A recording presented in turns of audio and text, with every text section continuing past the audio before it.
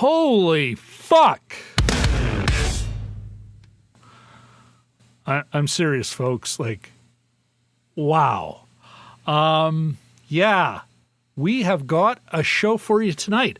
Welcome to, I'm going to call it part 2 of our series on war films from non-standard perspectives. Last show, we discussed a couple of films ostensibly about war photographers, both observers of war, both women. Tonight, we're looking at another couple of war films. Unlike the last show, both of these are set in World War II. They also feature a non-standard perspective. Both have a child as a lead or a co-lead in their own right. But I think that's really where the similarity ends. One film tells the story of a child soldier. The other one is telling the story of a separated mother and child. One was made last year with a big-ish budget studio film, as a big-ish budget studio film. The other in 1984, in the waning days of the old Soviet Union. Of course, folks, there's a lot more to talk about, but first, let me welcome my very own Borscht Bro, Mr. Jim Chaboyko. How you doing, my friend? Good.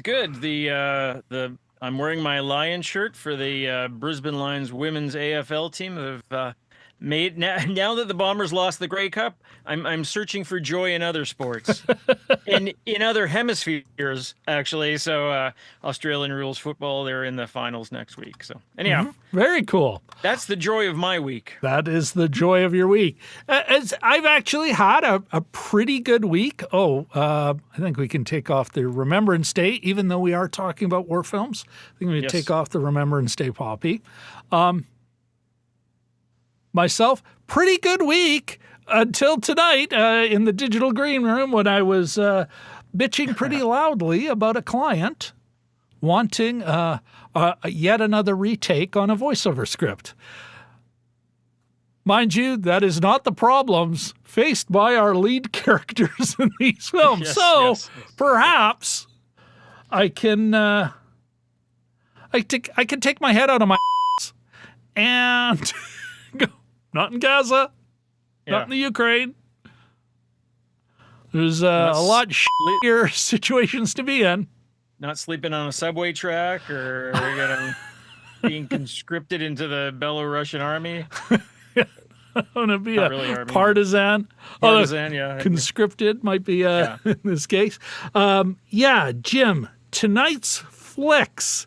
We, of course, have, on the one hand, we've got recently released, it did have a short theater run, Blitz, Apple TV movie, starring Saoirse Ronan and, the young man playing her co-lead. Elliot Heffernan. Thank you, as her son George. There, of course, are a number of other great performances in the film, but those, I would say, are the two keys. And it really does follow their stories. And then, of course, we also have the Soviet film.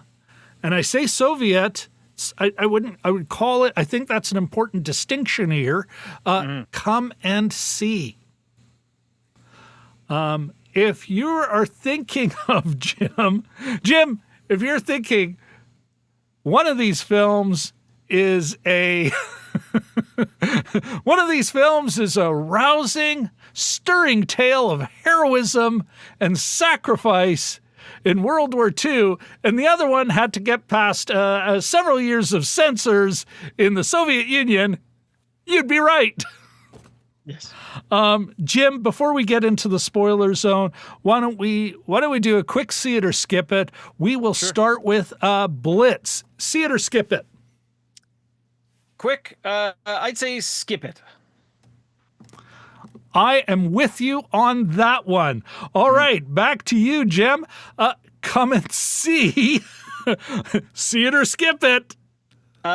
See it, but I came up with a new term, PTCD, post-traumatic cinema disorder. I think I know what you're talking about there, my friend. Of course, in the spoiler zone, we'll get more into it, and I think that really is our cue. I'd love to just, if it's cool with you, my friend, to just jump right in and the spoiler zone. They all die. No, I'm just kidding. They don't all die. Jim, why don't we start with Blitz? I think that is not going to take a really deep dive to get to why we both say it's a skip it. But if that's good with you, why don't you tell us why you feel it's a skip it? And then I'll give you my spoiler full version of it. Yeah, lately I've been very cautious about bringing my expectations of a movie into watching a movie. Like, does that determine how you feel about it? So I try to, approach it as a bit of a blank slate. Having said that, I really did want to like this. I thought it had all the ingredients, but it was ultimately, and it's not even the... I was looking online, and it's not even the social media. Oh, there wasn't black people in London back then. That kind of thing. No. I find just a really bad criticism. Rather, it was very sort of random and episodic and a little bit heavy-handed. There's a scene in which our hero George meets three white kids. He's half black, half white. He meets three white kids on the train. Waifs, and the brothers. And you think, oh no, this is going to be antagonistic, and it doesn't turn out to be, which is kind of nice. Train goes by a field. There's a black pig and a white pig, and I think, is that symbolism? Is that? So I sort of it was so random, and there's a Dickens plot in the middle, and there's just so many things that took me out of the movie. Not the casting, and it does turn out, by the way, for all the naysayers, there was a Nigerian air warden employed in London during the Second World War. So there. But so that's not the reason I didn't like it. I just didn't like it. It was just a little bit it was really on the nose, actually. I watched it with my daughter, and she fully agreed with me. She was gasping half the movie in exasperation. Yeah, Jim, I feel the same way. This gives me even the way it's shot and everything, it gives me a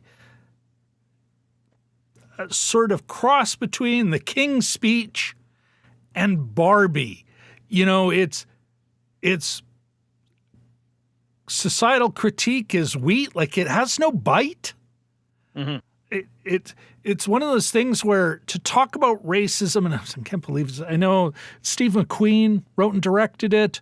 Guy who did 12 Years a Slave.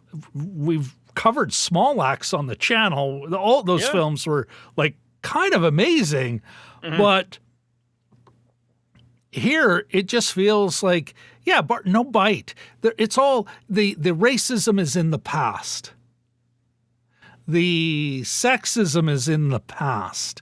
It's all about the themes are so obvious. We have to come together. You know, we're all British now. It's like, are we? Yeah. I don't think that's what you're saying in your Small Axe films, Steve. I really felt like this is, I understand why it got, I think, Jim, let me see if I can't bring it up here. Yeah, here we go. Reception. 80%.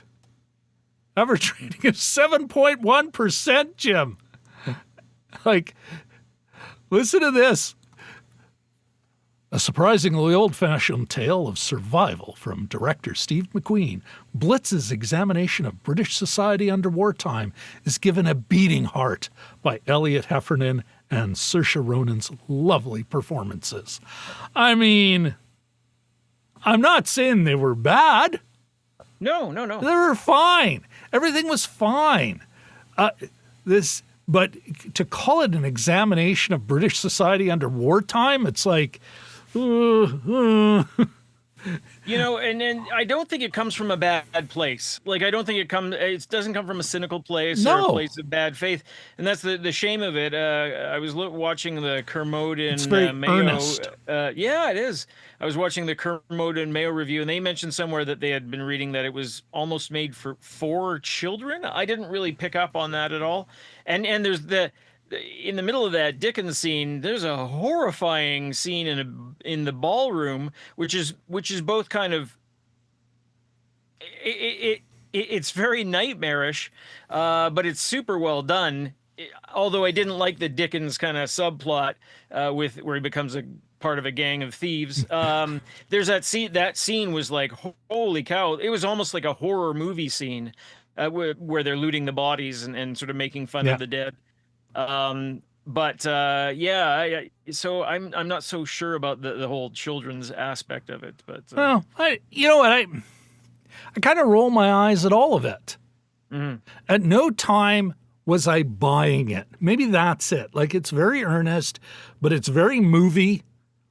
Yeah. You know, one of the comments was talking about critic praised Yorick Lasso's, the cinematographer, stunningly captured images for their stark beauty. And it's like, okay, that's, whenever I see that, I'm like, it's almost like a cue now. You know, it's like, oh, this is, well, if they're commenting on the stunning beauty of the cinematography, they're not talking about the great storytelling or how it moved them, you know, and yeah, it does. There's some great, beautiful images that, is it at the end or somewhere in the midpoint? Great overhead shot, blown up East End, blown up London. Yes, yeah. And it is as the sun rises in that, but I'm wondering, I might be a little harsher on this flick, Jim, in part because I did watch Come and See before it. And yeah, it's like, how do you follow that? Yeah. Well, and even that, I'm kind of interested that your daughter also felt the same way, because it's like sometimes you go, is my film meter off? Is it too fine-tuned? Because yes, it's beautifully shot. It's very pretty. It's very cinematic. Wait a second here. Cinematic. Matic. but as weird and arty and disturbing. Come and see. Now that there, I'm like, oh, this is cinema. Mm-hmm. This is no wonder they still talk about this movie coming up on 40 years later. Yeah. Yeah. I Yeah, may you know never what- need to see it again, No. but oh dear God, I will never forget it. And it's very movie coded as well. Like there's certain, the old movie code, and I there's probably a better name for it, but that just, me, my complaints about Hollywood parking. Somebody's going to a big beautiful building and they find parking right outside the entrance. That kind of thing. Other examples of movie coding to me. You're are talking somebody, about Blitz, correct? well, no, just in general. I'm going to lead into Blitz, but Okay. you're watching something set in the 30s and somebody coughs once, as little as, and they have tuberculosis and they're going to die. Probably. Oh, there's consumption. Yeah, exactly. Before Consumption the next act. ahead. Sorry. Consumption, yo. Or the old handkerchief, and then somebody looks in the handkerchief and A drop they of blood. hide it, drop of blood or something. In this one, though, when you meet the three brothers, immediately I thought, okay, who's dying? One's a goner. How's it going to happen? One's going to die, and then when you meet sort of a fatherly, well, we're in the spoiler review. Yeah. When he meets the warden, and the warden's like too good to be true. He's he's like Aragorn in a black Aragorn in 1940s London, and he's dead. I wrote it on my phone. Ithe's dead. I said to my daughter, "This guy's a goner." She said, "Yeah, I know." Yeah, no, he was. Yeah, you're absolutely right. It's hyper predictable. I got to admit, the three kids they meet, I did not see the death coming, and I thought the way it was done was like, oh, a good one. Yeah. But I totally get what you're saying. Like, they're too good. Just as the other kids on the train were two mustache twirling bullies. It's like. And then they folded so quick, and everything is, earnest and in a weird way, a slightly darker Bedknobs and Broomsticks. Still fighting the Nazis. Yeah, boy, I haven't seen that forever.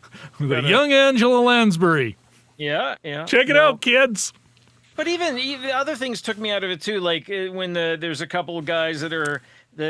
I guess they're looking for looters, and somebody sees a fingerprint in the dust, and they said, "Wait, somebody's here." And I just went, "Fuck off!" Sorry, excuse me.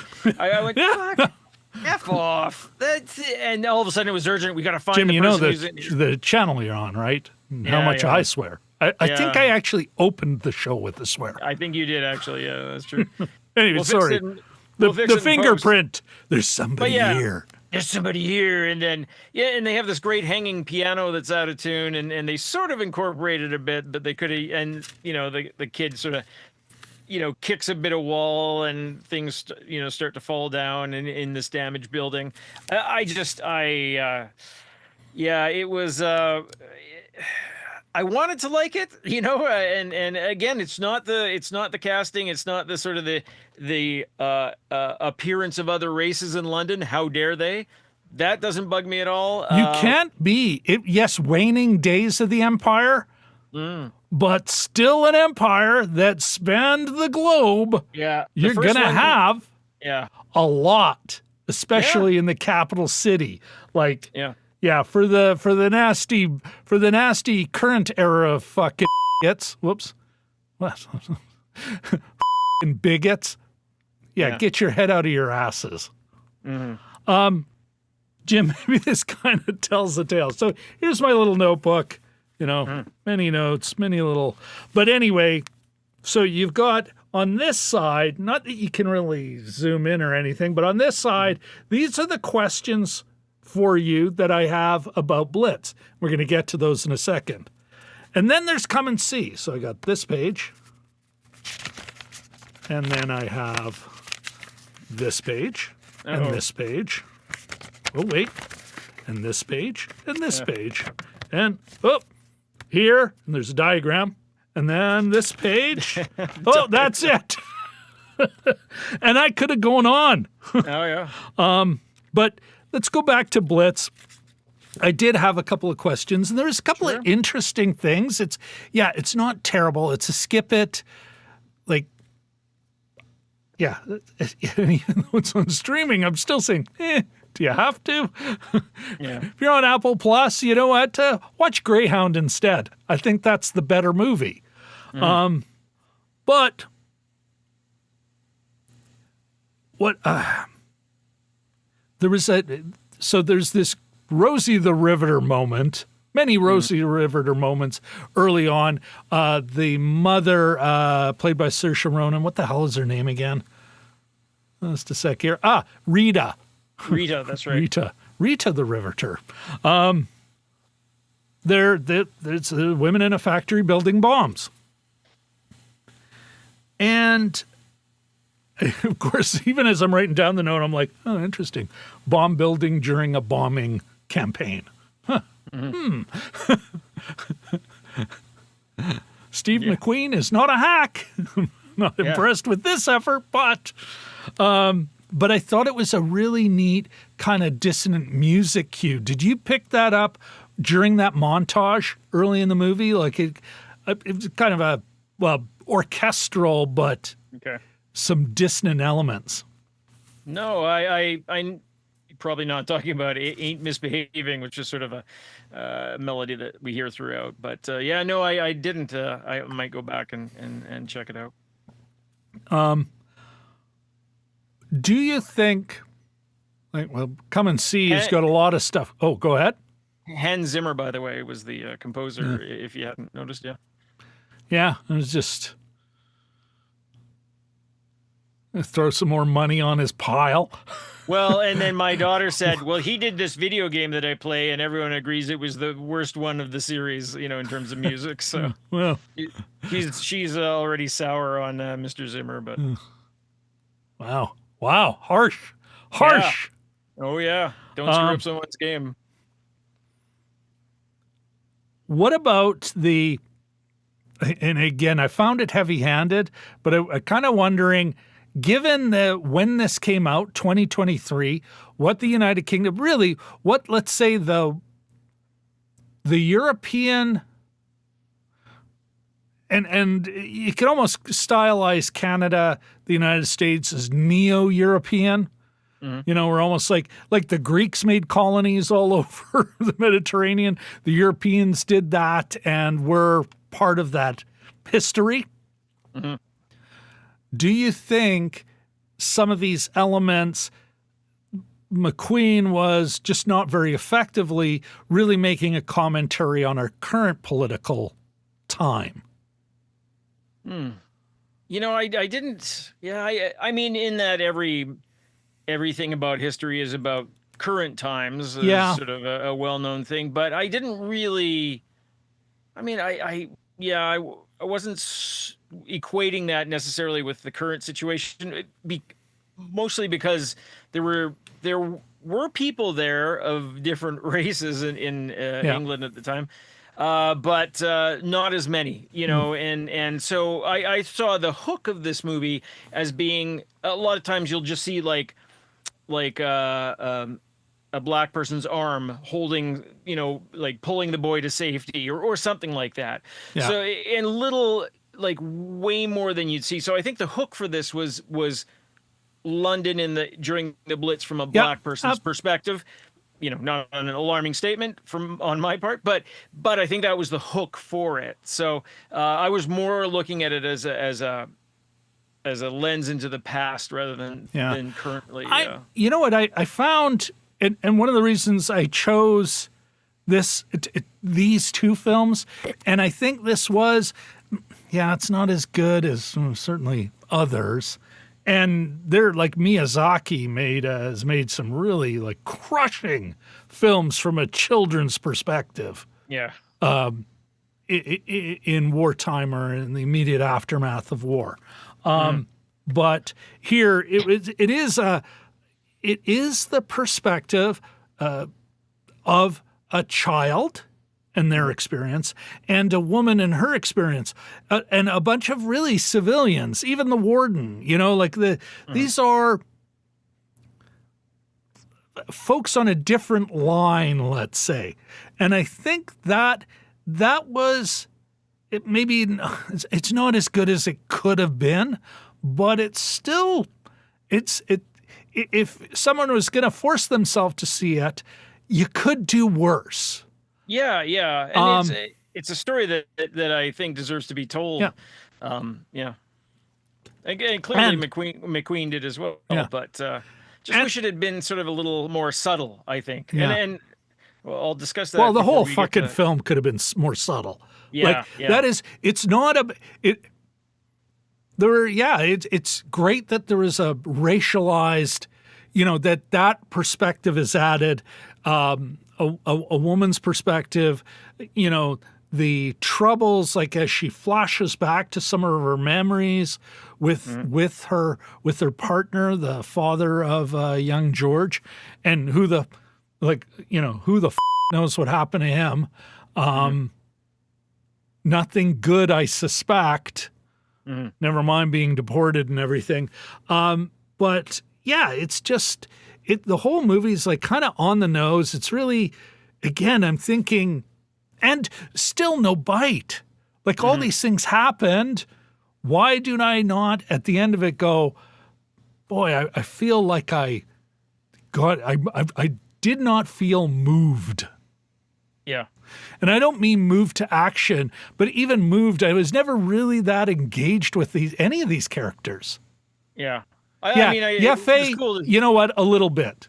Like the performer has a fucking charm and a presence that's kind of awesome. I wasn't buying his speech in the air raid shelter. I wasn't buying that conflict at all. Be perfectly honest, it's like, it was funny because it was the guy with the yarmulke comes around, and then there's like an a South Asian Indian person, and they're fighting with obviously local, some Cockney guy.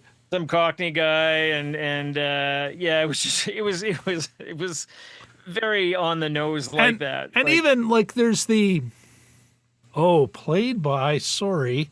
I'm gonna pull them up in 1 second here. Sure, yeah. No, not this yet. But while you're doing that, there was focus on the firefighters, which was cool. Like that opening sequence was neat. There was a look as on the nose as it was about different races in London at the time. The life in the tunnels, the struggle for the authorities to actually let people use the subways, which was a thing. Yeah. It's just for the first bit, the East End was basically left. Well, you should have your own shelter. How are these? Yeah. They're in tenements for sakes. God. I've been watching World at War as narrated by Laurence Olivier. Great series. It's all on YouTube. And they did cover the Blitz. And some of those shots you were talking, the overhead shots of burning East End London. Right. Yeah. Looks pretty identical. And in terms of scale and, the area and the amount of damage was not made up for the movie. It was that destructive. Yeah. But, and even I'm not as familiar with the history of this as I could be. And perhaps, McQueen has some, research that supports it a bit better, but I did not buy that scene. And even I'm thinking, well, they've already had the Battle of Cable Street. There's the left in England is well on the rise. Mm-hmm. Even there's that weird sort of, some say I'm a communist. Some say, Mickey. Mickey Davies, played by Lee Gill. Which I was like there's always been a strong Christian, especially Methodist, like the, Anglican low church, Methodist, what we'd call United Church folks now here. but that social gospel and that kind of thing was going on. But some say Jesus was a red. Like, it's just like, no, that's a thing people say now. You know, some weird sort of trying to, sorry, there's a buzz going on in my, and yeah, I'm like, I just rolled my eyes. Yeah, there are too many of those moments in this movie. Jim, I think I got one more question for you. Sure, yeah. I talked about the Christian thing, music thing. No, that's it. It's like, you'll notice, or maybe you won't notice. Maybe I can look at that blank space at the bottom of the page. Yeah. Just really was running out of questions. Well, I actually might have a question for you, but more sort of rhetorical, throwing it up there. So after watching both these Those movies are most of mine, actually. This weekend, one, I'll make one observation and ask one question. So movies can either be an artistic expression, or they can be an entertainment, or they can be both, right? And I think if I'm taking a look at both these movies, I'm thinking that Come and See is more angling towards the artistic expression kind of thing, and Blitz, this might be what kind of defends it a bit. It sort of leans more towards an entertainment. I sort of wonder if that's because Come and See was, I think, a more effective film. And I'm just wondering if that sort of played a role. I'm not 100% I don't agree sold on my with own the theory. premise, actually. Okay. I don't think it's art or entertainment. I think they're both art. Art can lean towards and even the entertainment is not there can be biting satire that is entertaining, that you still laugh your ass off while at the same time you go, ooh, ouch, I'm laughing at myself. We're all Nelson Mounts. Ha ha. Oh. Yeah. Is Come and See, and we'll get more into it, is it an artier film? Absolutely. But this, I think, I think its biggest criticism I can lay on it, and I'll explain it later when we get more into the meaning of these films, the politics of these films, and this is where I think I see a continuum, and on the one hand you're this, on the other hand you're this. I think this one, although it masquerades, it acts as though it's challenging us. I think it's like, no, it's actually conventional wisdom.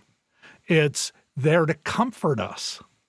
Whereas Come and See, and I'll defend this statement later. Yeah, Come and See. There is a reason the party apparatchiks did not kept telling Klimov, sorry, no budget for it this year. Nope, just hoping he'd go away. Stuck to his guns, and 9 years later, he looks tough too. If he you've made seen a picture of him. his movie. Oh yeah. Him, his wife, who had recently passed a few years ago. So he made her movie first, like finished her movie. It's a crazy story, but I think that is a continuum I can see. Is this supporting conventional wisdom, or is the movie challenging us? And I think while a lot of people, it's very challenging. It's like, how really? Like, it's challenging like Barbie is, a kind of faux bite. And yeah, of course there's going to be bigots saying, bigots got to be bigoting. But to the rest of us, it's, I'm not like that. And that was then, and there's a million excuses you can kind of lay down. Come and See, on the other hand, that's as challenging now as it was then. And well, that's a fundamentally different thing. So there you go. There's my answer to that question. Sure. I reject the premise. And so I think And now I'm even harder on Blitz than I was at the start of the show. Thanks for the question, Jim. Well, and the reason why I got there is because, if you, hey, I need to be entertained. I'm just gonna slip my Criterion disc of Come and See in the, in the Blu-ray. That's entertainment, and I that would be a mistake. Yes, and I wouldn't call it. I mean, you might watching movies is entertainment. I mean, that's how a lot of people would classify it. But I wouldn't, entertainment sort of signifies something fun or entertaining. Well, but here, let me put this back on you, Jim. You think about a film like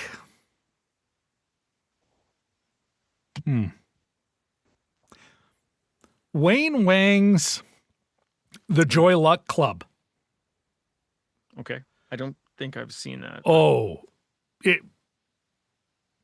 great story of a Chinese American family, 2 generations, 4 daughters, 4 mothers, trying to understand each other over the bridge of. It is absolutely one of my favorite films. Like if I were to have a list, that's up there. It has truly heartbreaking moments. And even I think about the end of that movie and I still get choked up. Yeah. That is not an entertainment. Mm-hmm. It is in no way is it saying, hey, come on down for this Amy Tan's Joy Luck Club. We've turned into a laugh riot. Or to quote, a metamorphosis, a buckle up, let the adventure begin. To quote something far less well written. So yeah, you can think movies are an entertainment if that's all you want. Yeah. Just entertain me. But even then I would argue any good movie still is saying something. Yeah. And then the better it is, the more it says something. Even, oh my God, even Happy Gilmore, highly entertaining. But it is the hero's journey. Yeah. It's about a callow idiot who grows up into, still an idiot, but there is something being said there. Is it great wisdom? I don't know. Like, it is about a guy growing up. And it's also about filmmakers going, yeah, we really love Star Wars, but let's have some fun with it. And I think that in a way has more bite than just doing the hero's journey about a hockey player turned golfer. There's something going on there. There's something that is worthy of examination there. This, I don't think we're going to remember that. And both are entertaining. Both are feel good, but one is better art. And I'd put Happy Gilmore as a more effective movie. Another movie we're still talking about. Blitz, I don't think you're going to remember Blitz in a year. Yeah. Yeah. That's the great thing about movies is you never know what other movies are going to bring up while talking about movies. AK, Come and See, and end up talking about Happy Gilmore. Amy Tan, and not a criticism. It's what somebody down south might call the weave. It is the charm of our show, Jim. I firmly believe that. Okay, let's shift gears. Sure. A big shift of gears. Jim, you said Come and See is a see it. Yes. Tell us why you feel it was briefly why you feel it's a see it.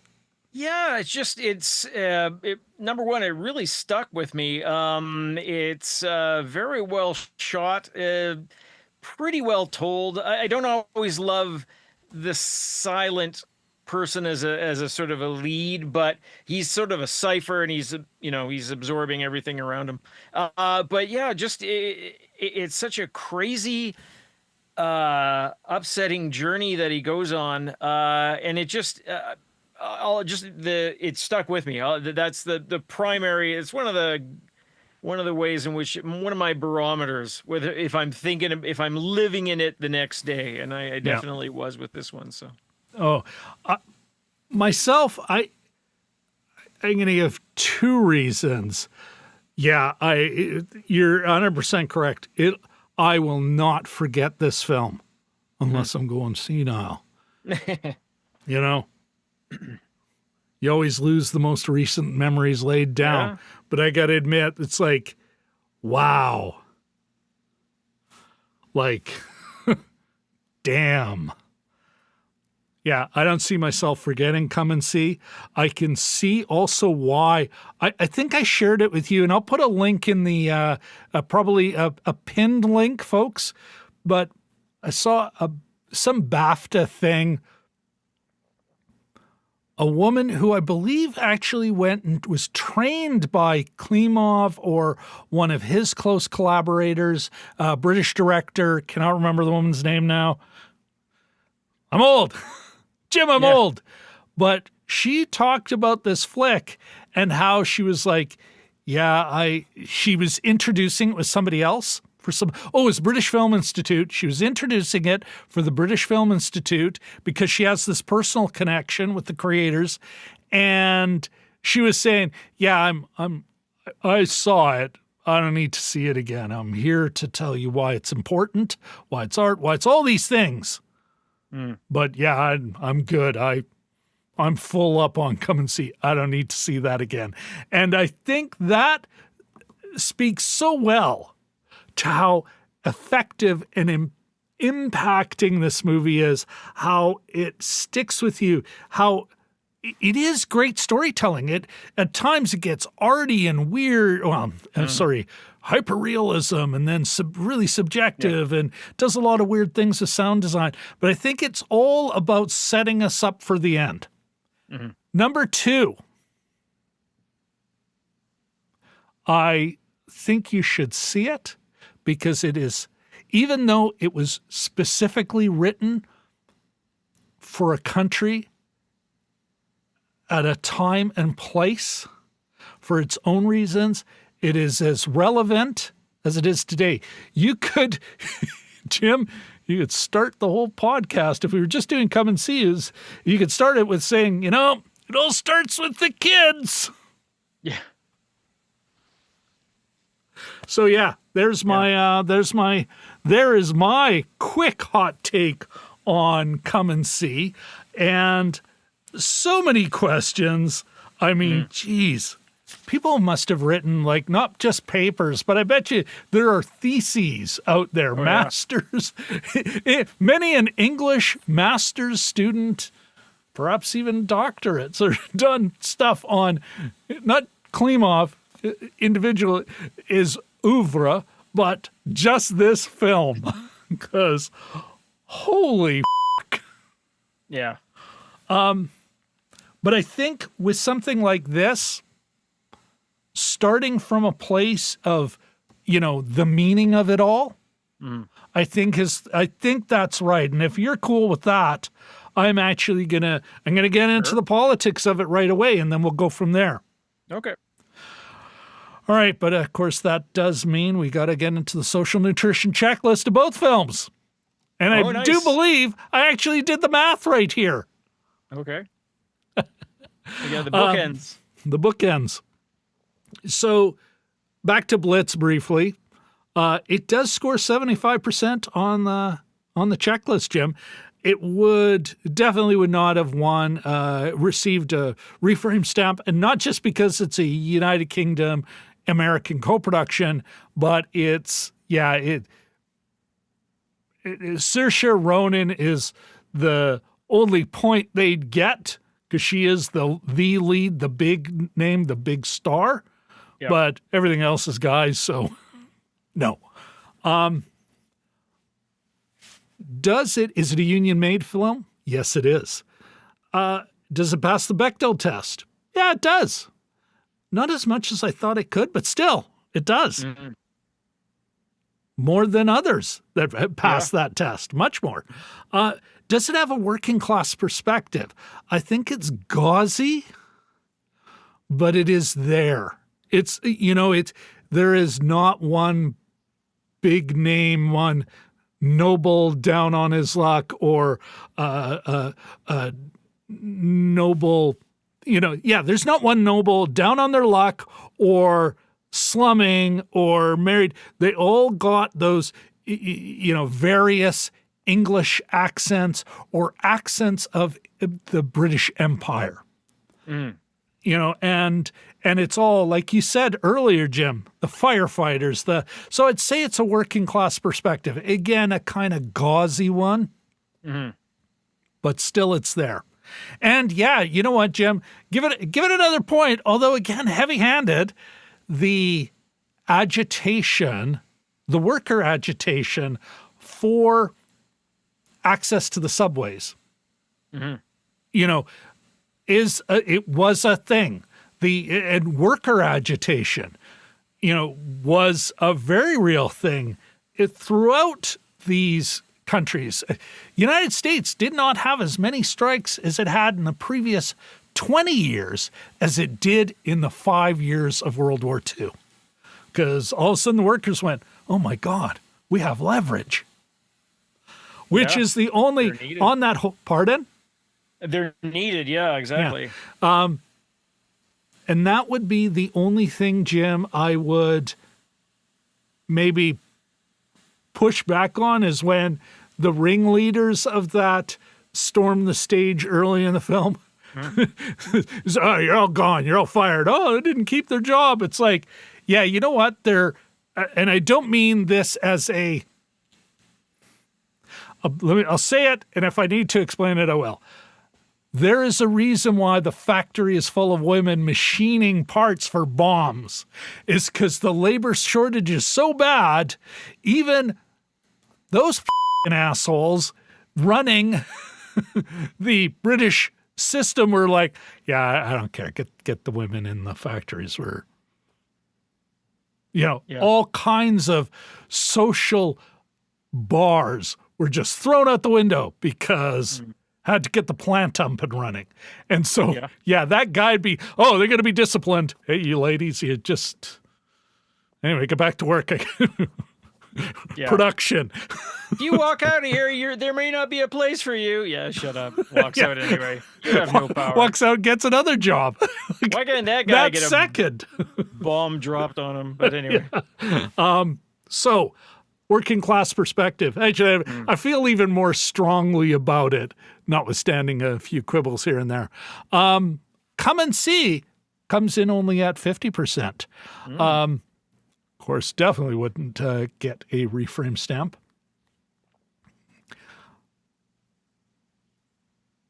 Is union made. Now, mind you, Soviet Union wasn't going to get made without the Union.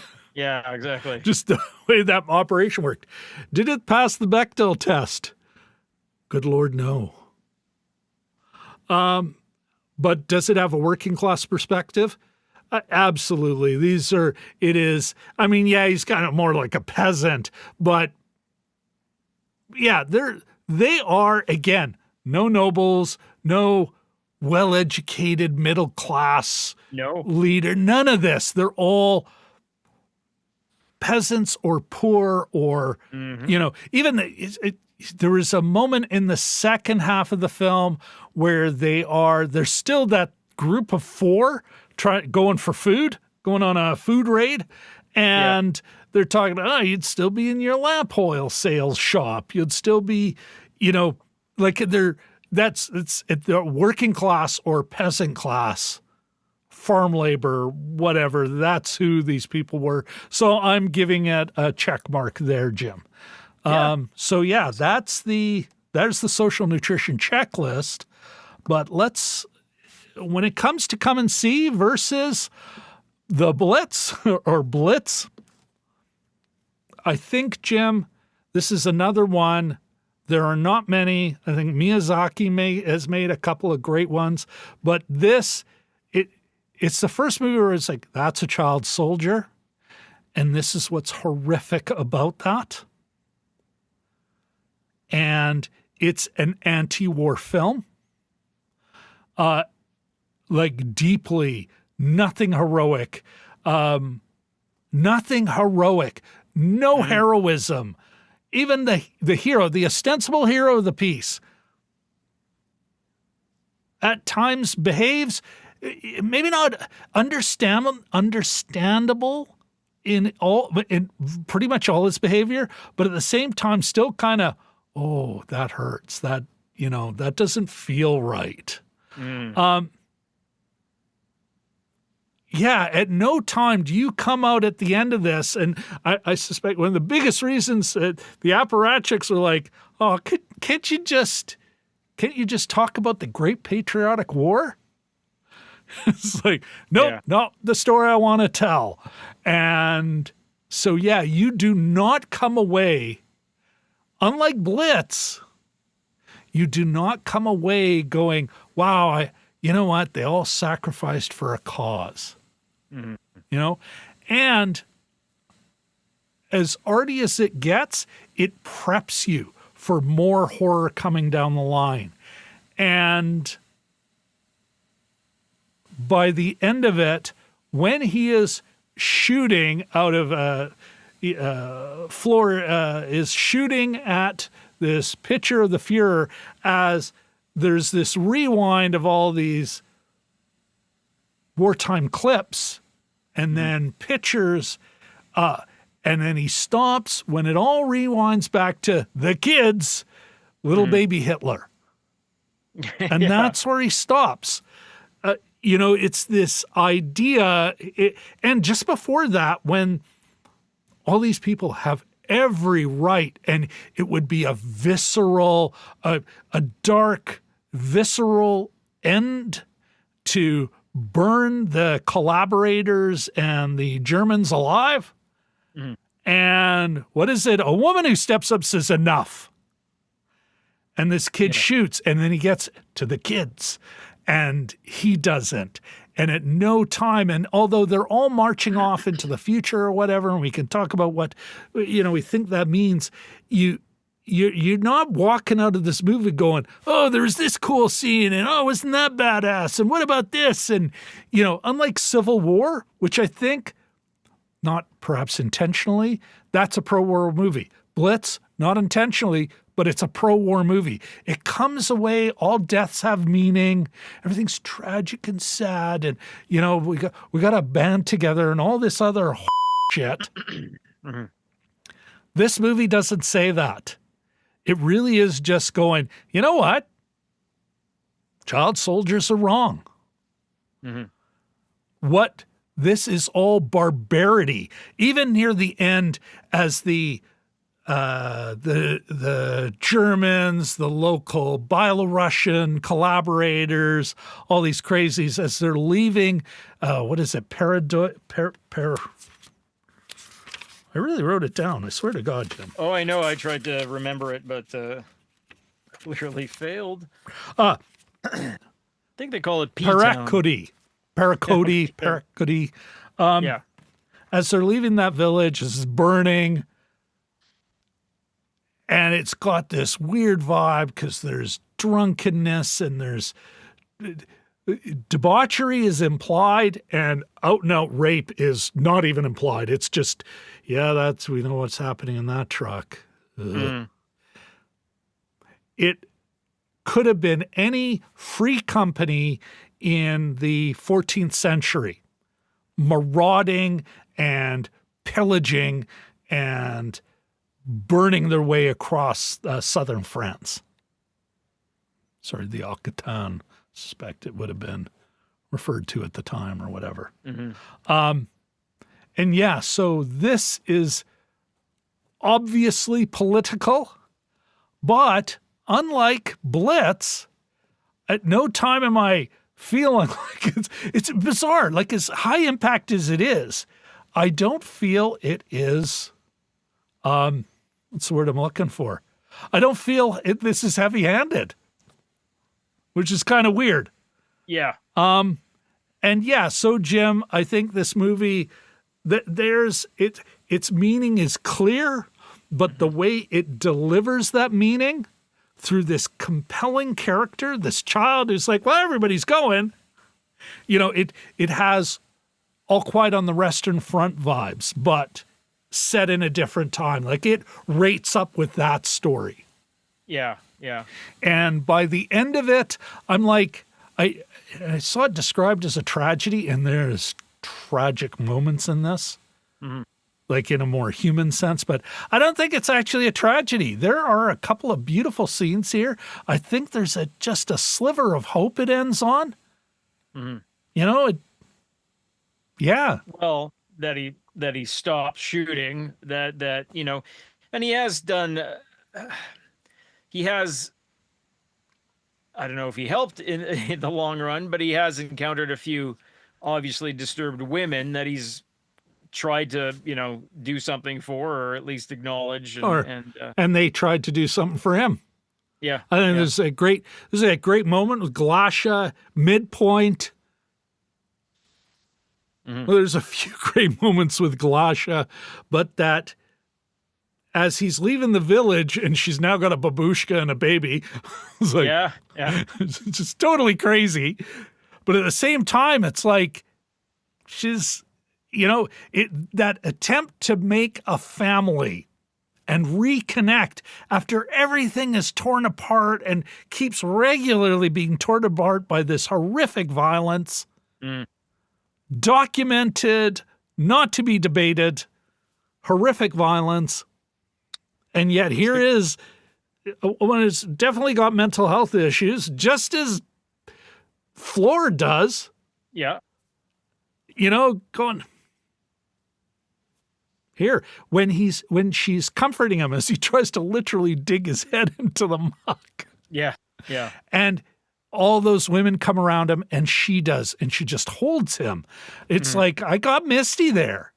Yeah. Like it hit me here in a positive way. Yeah. And a quick note about her, Olga Mironova, and I think this was the only thing that she did. It is, yeah. And I did I attempted to do very brief research. Apparently, she became a school teacher, and holy cow, what a screen presence! Like, she is just there's the whole. Oh yeah. This movie, I don't know if Klimov had experience painting, but it very much resembles. A lot of it is portraiture. They're like, you're looking at me right now, they're full on like studies of the people's faces, and center framed, and for long periods of time, almost in an Alex Colville, the Canadian painter kind of way, or in a Rembrandt, the kind of Rembrandt-y, I guess. But and she is just so commanding, and I thought I was like, what else has she done? Nothing, and that's slight. I look at that as kind of a tragedy within the film. But anyway, I wonder if, first, put a pin on why she is not making films anymore. Yeah, exactly.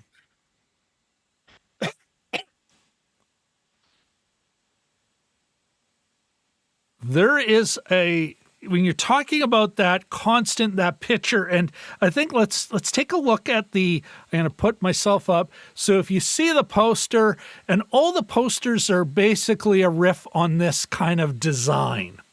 Yeah.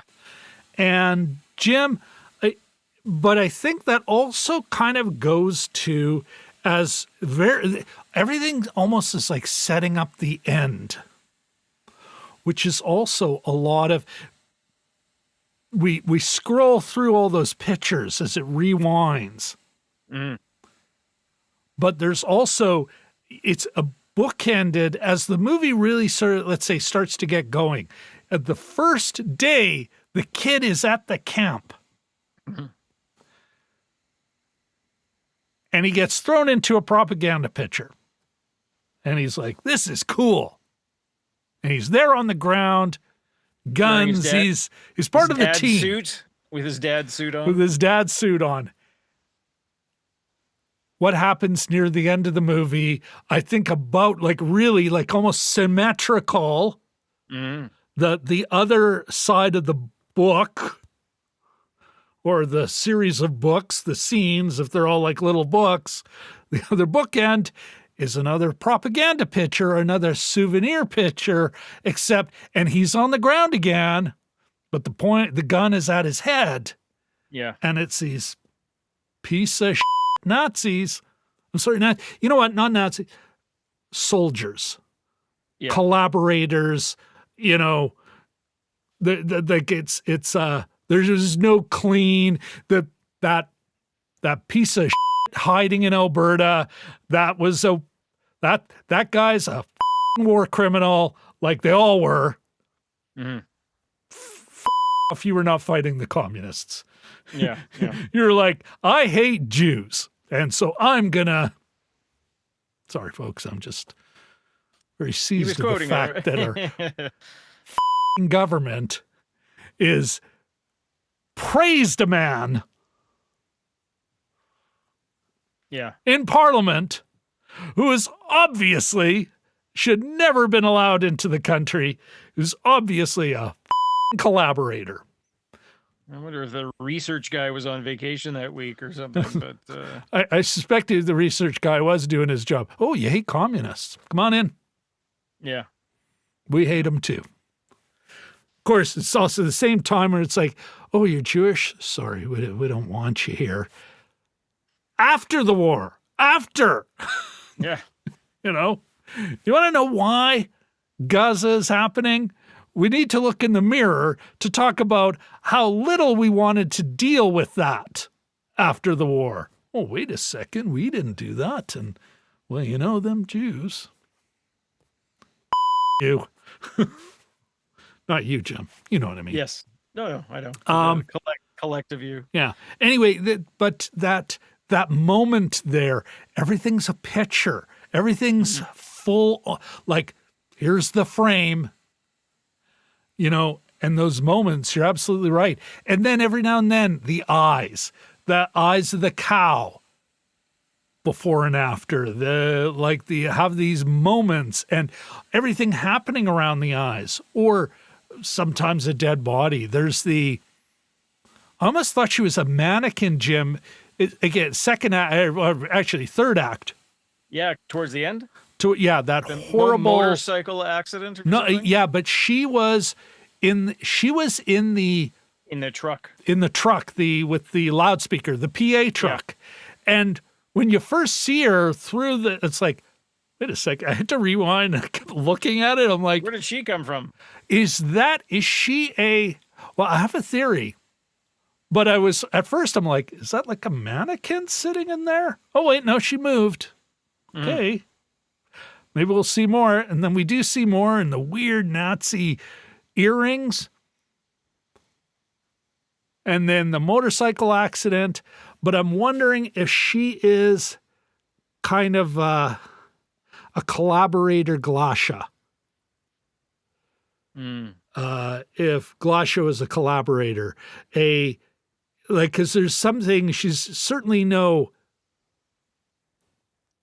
it kind of reminded me of that weird guy with all the swastikas on his helmet, obviously collaborator, kind of crazy. Local guy, village idiot. And actually, the white handprint reminded me of the Uruk-hai with the white handprint on the helmet. I wouldn't be surprised if that's where Jackson got the idea, but he probably knows about these kinds of films, I imagine. He's reasonably well watched.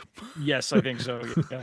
But I'm not entirely sure. And of course, our young hero stumbles upon her. He seems to stumble upon a lot of injured women in this, and then that one she's obviously not long for this world. Yeah, and then she's the weird kind of almost shit-colored barf on her face. Yeah. But then what does he do? He grabs gauze out of, I think, her purse. Yeah. If my German was better than Danke and Schultegung, I'd love to read or know what the document is in her purse. Oh, yeah. But what does he do? He grabs the gauze to bind up the wound on his rifle. Patch up his rifle. his other girl. Yeah. Right? Like, there's all these weird Yeah. symbols. Like, And he's still thinking. The funny thing is, despite everything he's gone in, he's like, "Oh yeah, the thing. I on my gotta gun go is, get my gun and my I gotta jacket. go get my gun." Yeah. Yeah. But Well, even that, I'm almost like, and what is it? The last thing he grabs is the jerry can. mhm. You know, he has, and what is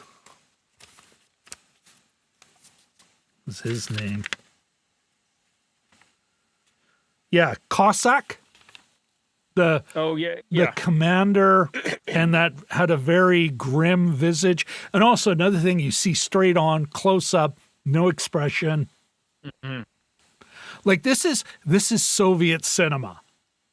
Like very Eisenstein-y, like you see a movie totally from a different filmmaking tradition. Yeah. Here. But there's that, and as he's staring at him, there part of me as he looks to him, and it's like, are we seeing Flora's future, or is Cossack seeing in Flora his past? You know, he looks at him, he gets the message. I can burn. Yeah, it's here's the jerry can of gas, because that is the moment that he's so desperate for revenge for what has happened to him. Yeah. You know, what has happened to him, what he's seen, the murder of his mother and his sisters, but also even the horror in that village where he leaves the villagers to their fate, which even that is like, what a horrible place to be in. Well, and the elder blamed him, for being spotted with a gun, and that there might be an aspect of guilt in there as well. Well, I think that earlier, but here now it's more like he's just trying to survive. Yeah, yeah. It's and like it's 1943 as well, so they got a good couple of years of horror. To go. So, and as they say at the end, 622 Belarusian villages were, met the same fate. Yeah.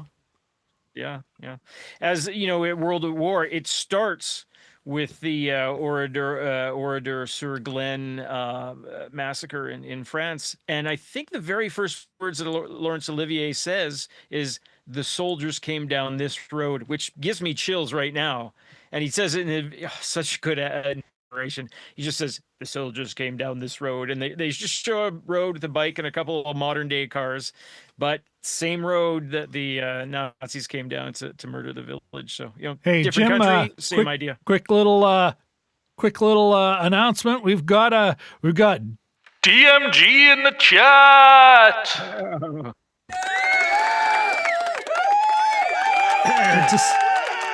Good to see you, my friend. He says he's watching from the bar after a Seahawks win. Woo, yeah, I know.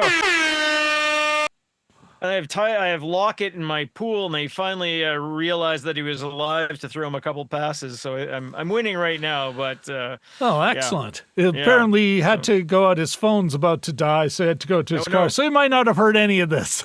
Oh no! Oh well. You can watch it on the flippity flop. That's you're absolutely right.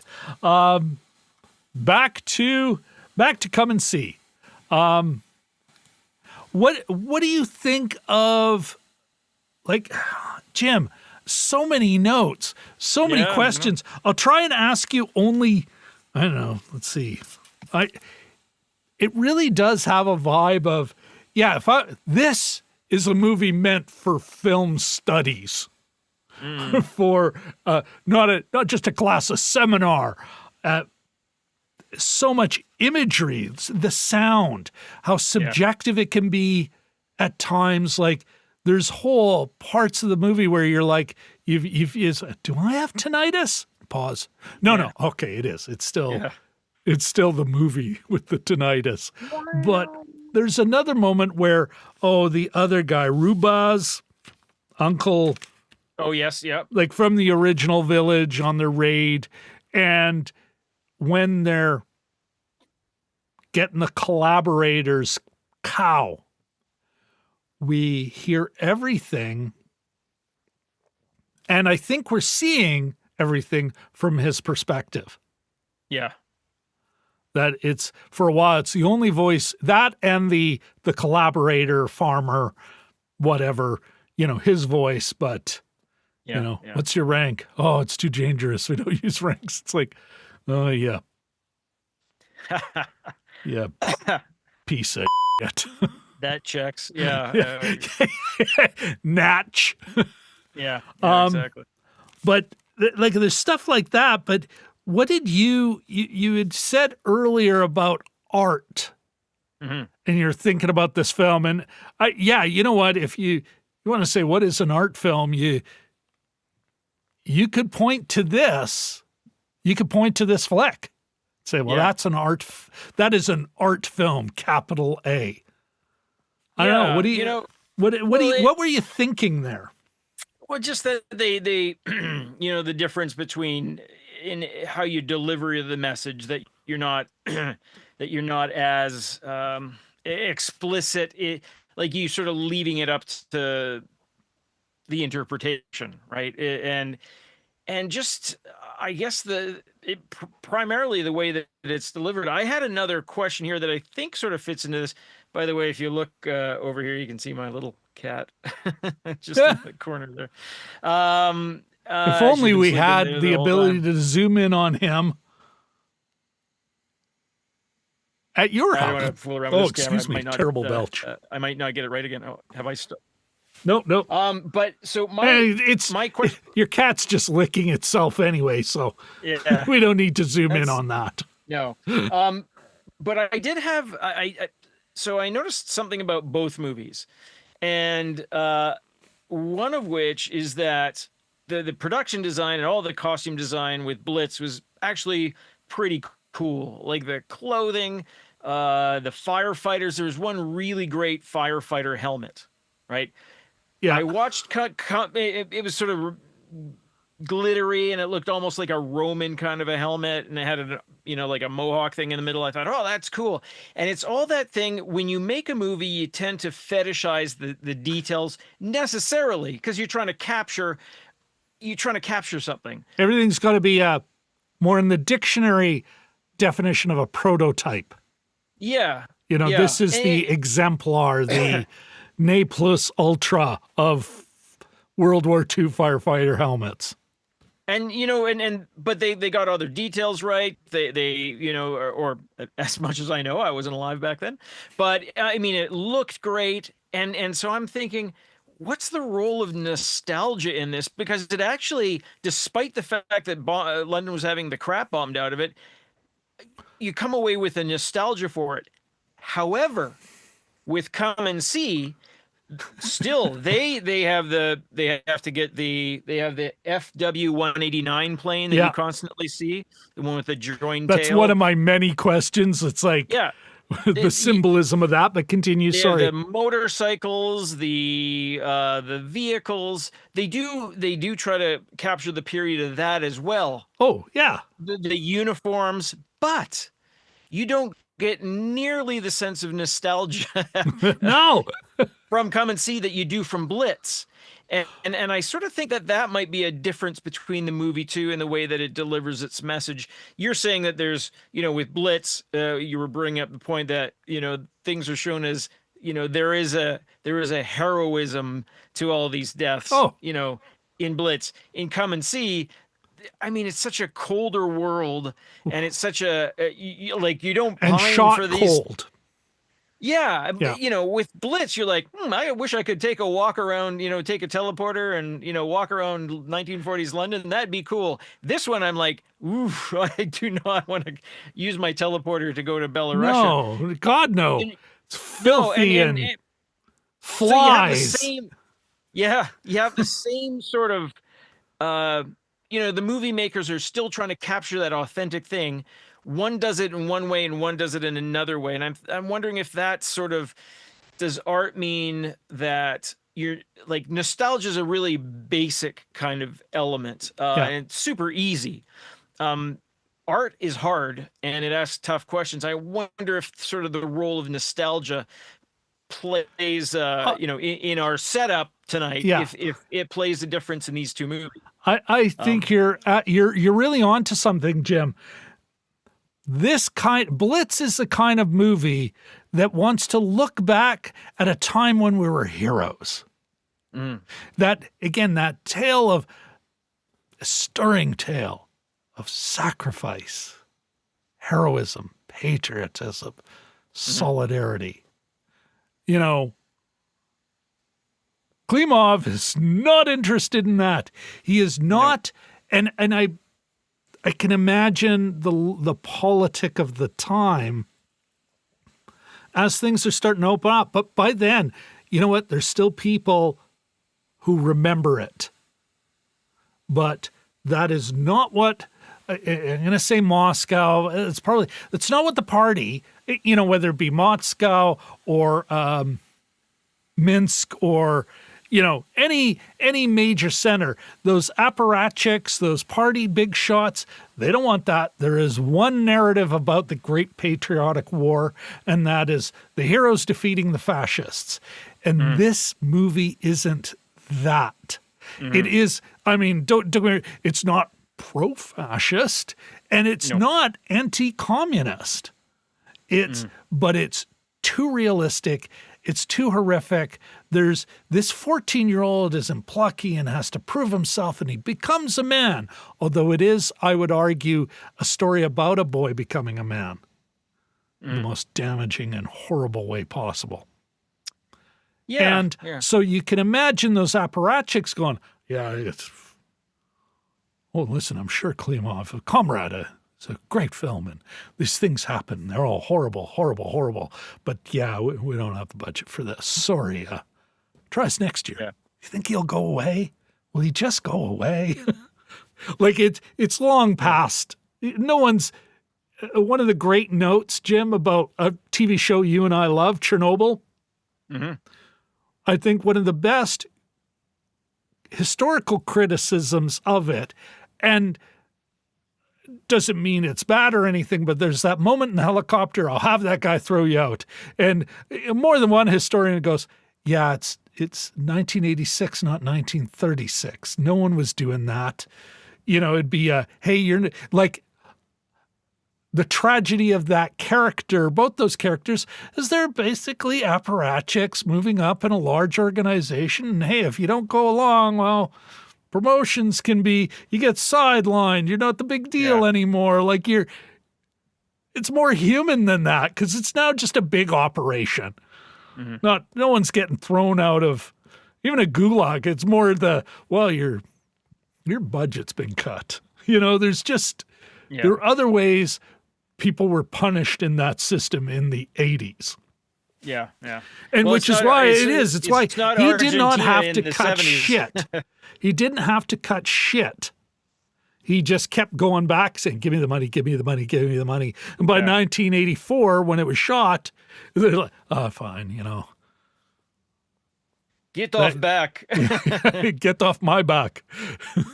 Moscow can deal with it. The Gorbachev, all those glasnost guys were moving up in the party. The old people were dying. And it's like, sure, what do I care? But what is he saying? He's critiquing and this is the thing. Blitz is not, it's making us comfortable. It's nostalgic. Use nostalgia to say there was a good time. Even right down to the fashion. They all look good. It's all well cut. Yeah. I think it's one of the things that Godzilla suffers from. Godzilla -1, which we'll be covering soon, folks. Honest. We're going to wrap this up. We will have a male perspective on war. Let's say more classic, but still different. Whereas, Come and See is like, no, that was an unremitting horror. Children as soldiers is a terrible thing. And everyone says it starts with the kids. Where do you stop? When do you say enough? You may have to fight because that was the scenario they're in. Come on, let's go. but you do not feel, as they all disappear into the trees, you do not feel like, heroes of the Soviet Union. Every one of them. You think they're going to do a shitty job and they're all going to get damaged. And I am just happy that Glacia survived, at least up to the point we see, and that Flora is damaged and is, as up as he is, he survived. I am happy about that. And, at some point he gets his wits about him enough to start to warn the villagers. And there's that's sort of, I think, one of the, he's starting to turning points. Yeah. Like it's getting near the end of like, what are you doing? Yeah. They're going to kill you. He's finally accepted the death of his family and how it happened. Mm-hmm. He's not even necessarily blaming himself anymore. Mm-hmm. Yeah. Coming back to you talked about fetishization. Mm-hmm. Nothing, I think, I'm going to say culture, maybe subculture. Nazi Germany, National Socialist Germany, fetishized so much. And I think that was incredibly well represented in the burning of the village, whether it be the young woman dying and then dead, and those ridiculous earrings, her almost kinky look, even the way she's splayed out, but then the barf out of her mouth, which is like conjures all kinds of horrific images. The costumes, the mishmash of costumery of the soldiers in what just devolved into a horror show, like, bizarre, the weird cabaret kind of dark, just crazy crap. She, there it's almost, that's his response to that fetishization. It's like, all right, here you go.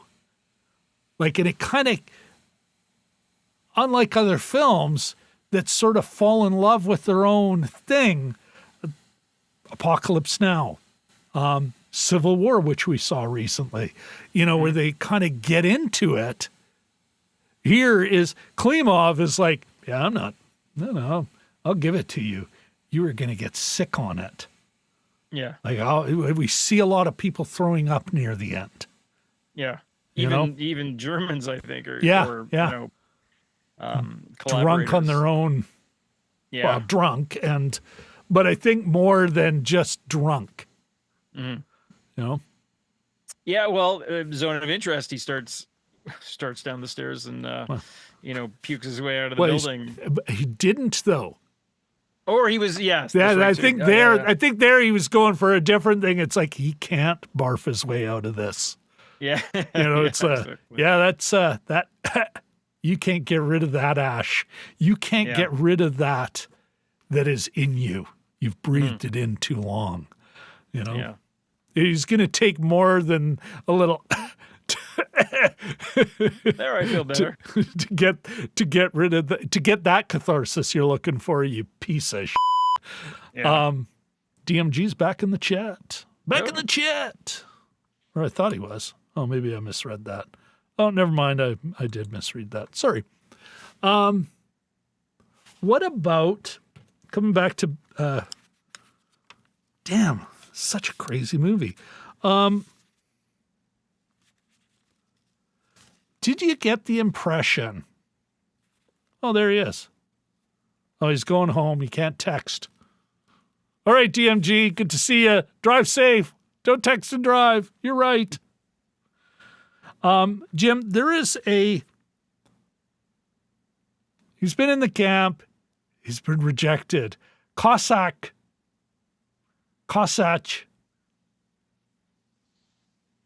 gives his boots to this decrepit old man take it from the new recruit, which I more and more I think, oh, that's hearkening back to, pity or not wanting, no, you can stay back. We don't. What are we fucking doing here? What compassion he has. But he goes into the woods and then he ends up with Glasha, and as they're kind of go a little crazy in there, there's a part of me thinking, am I watching Hansel and Gretel? What do you think? I mean, it's two kids that are maybe not super street smart that are heading pretty quickly towards danger, and I don't think they know what's ahead of them. They sort of barely react when they see paratroopers, and it wasn't until the bombs land right by them enough to damage his hearing, Flora's hearing, that they start to react to it. Both their hearing. They're all like, I mean, they're both like, I think it's hyper subjective, and we hear her as though when his ears are ringing, and she sounds all weirdly modulated in that and muffled. I mean, I didn't. That wasn't where I went to, but I think these things are all about interpretation. So, whatever you can take from it, and there is a kind of a. Well, I'm thinking there's a Greek thing going on with the Henkel now. Oh yeah, because that is an omen. Yeah, that is how the gods sent. We sent eagles. We sent this. I can't believe they're not reading the obvious signs. And it's the same that plane weird every eagle time. that we flew over their field once.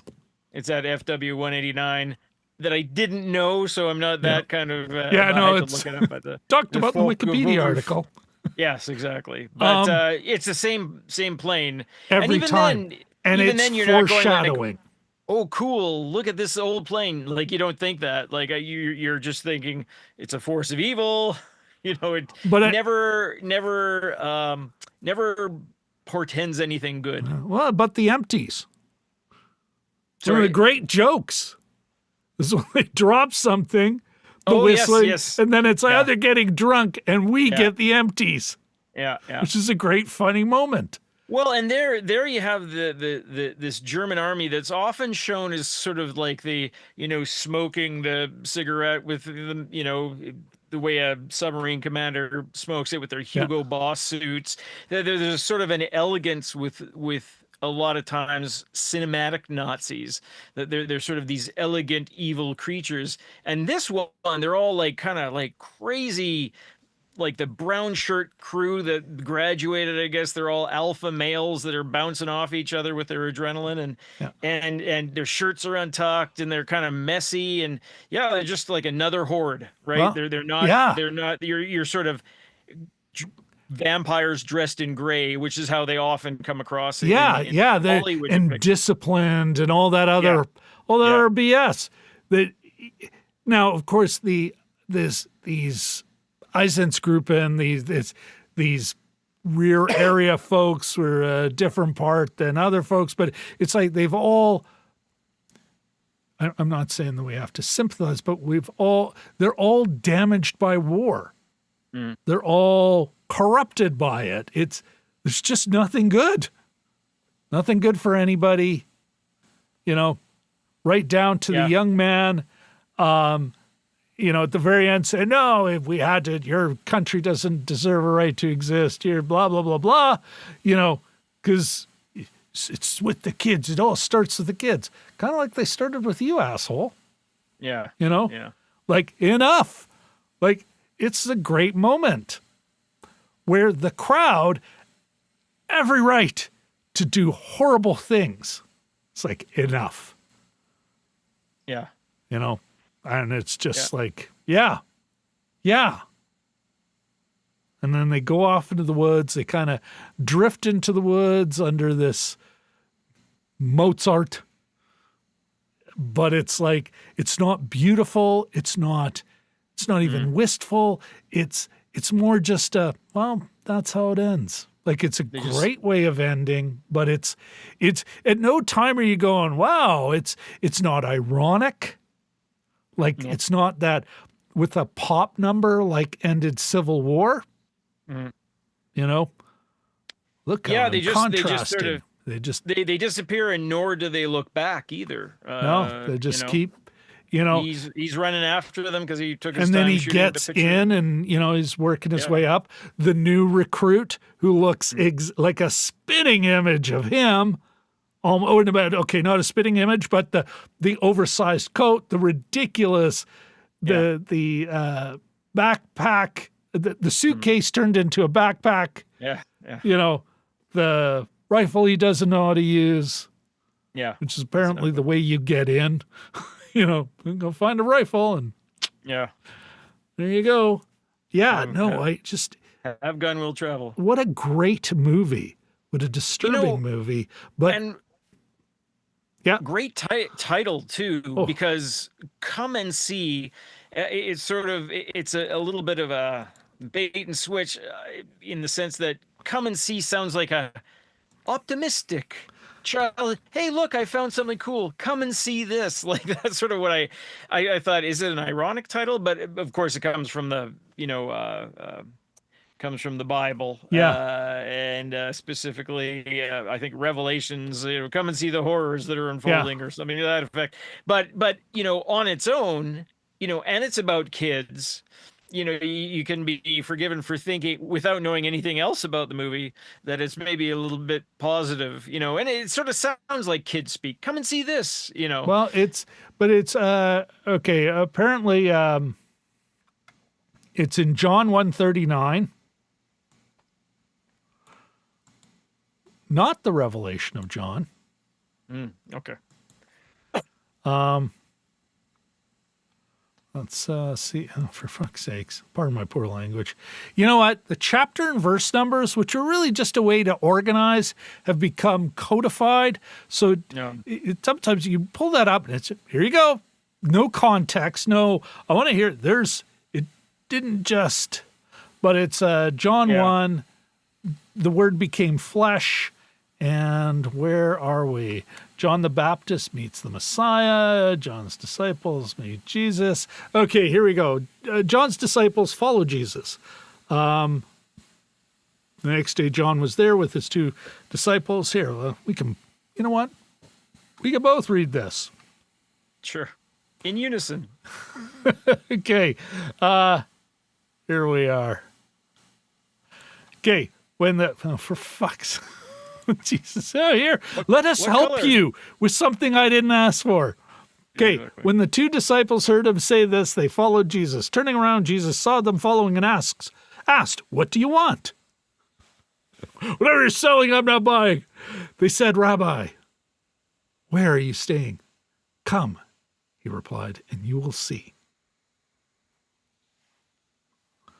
Yeah, crazy, eh? There you go. Yeah. The Bible. The Bible. That crazy thing. That fucking thing. All right. Providing titles for things for 2,000 years. There is so much more in this movie. We could talk about it for hours. But as much as it pains me to say, I want to leave you with the last word on it. And I don't mean that's painful because what you say is paining me. It's just, well, you know how I like to talk. I'm a chatty fellow.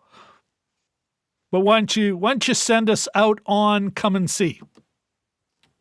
Well, let me. I had my notes on my phone. The other thing that I had was it was also in terms of rough childhood pictures or going through some kind of gauntlet or something, I thought, what's another movie like this? I thought, this is a little bit rougher than Stand By Me, for instance. But I thought of Stand By Me in Blitz. Oh, did you really? Okay. Yeah. I was like, and when is one of the kids going to get his foot stuck in the switch? and they'll be, oh my goodness, run. Well, aside from a couple of other notes that I had, Russian Mothers, Am I Right? And the complete lack of merch. Come and see merch that's available. I can't Jim, no I can't, bobbleheads, nothing. I can't believe you missed the obvious joke when their buddies get blown up by the landmine and Robaz, I think his name is, picks up the foot, leg? Yeah. you know, with the boot on it and throws it in. And all I could think of is like, you know, poor Flora going, hey, I could have used that boot. Yeah. Yeah, that's a lot of things I'm surprised by, but I mean, that's a dark joke, but I needed a bit of levity by then. Well, there was limbs in both movies that were used for comic effect. Moments. But yeah. No, come and see. We finally got to it. I know you'd been talking about it for a while, and I'm glad Yeah. So I'm yeah, I mean, it's not going anywhere. It's 40 years. And you can see it on YouTube. Yes. Yeah. Link down below.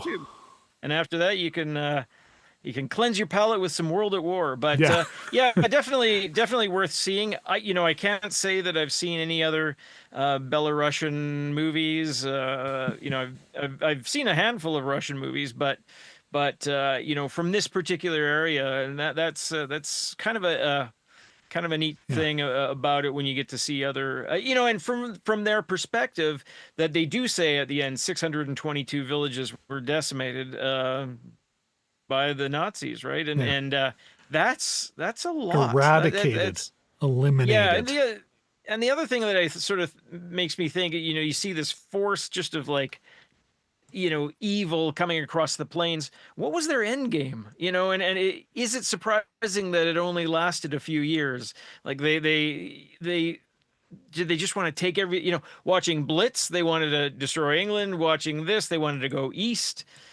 Yeah, I sort of don't understand the thinking there. Did they just want? It's like those comedy movies where, like, a Mike Myers. What are you, new movie. to humanity, Jim? Yeah, but where the bad guy goes, I want to take over the world, and then do what? Make everyone the same? Like, have a Anyway, don't give me. That's a whole other. We need a Lebensraum.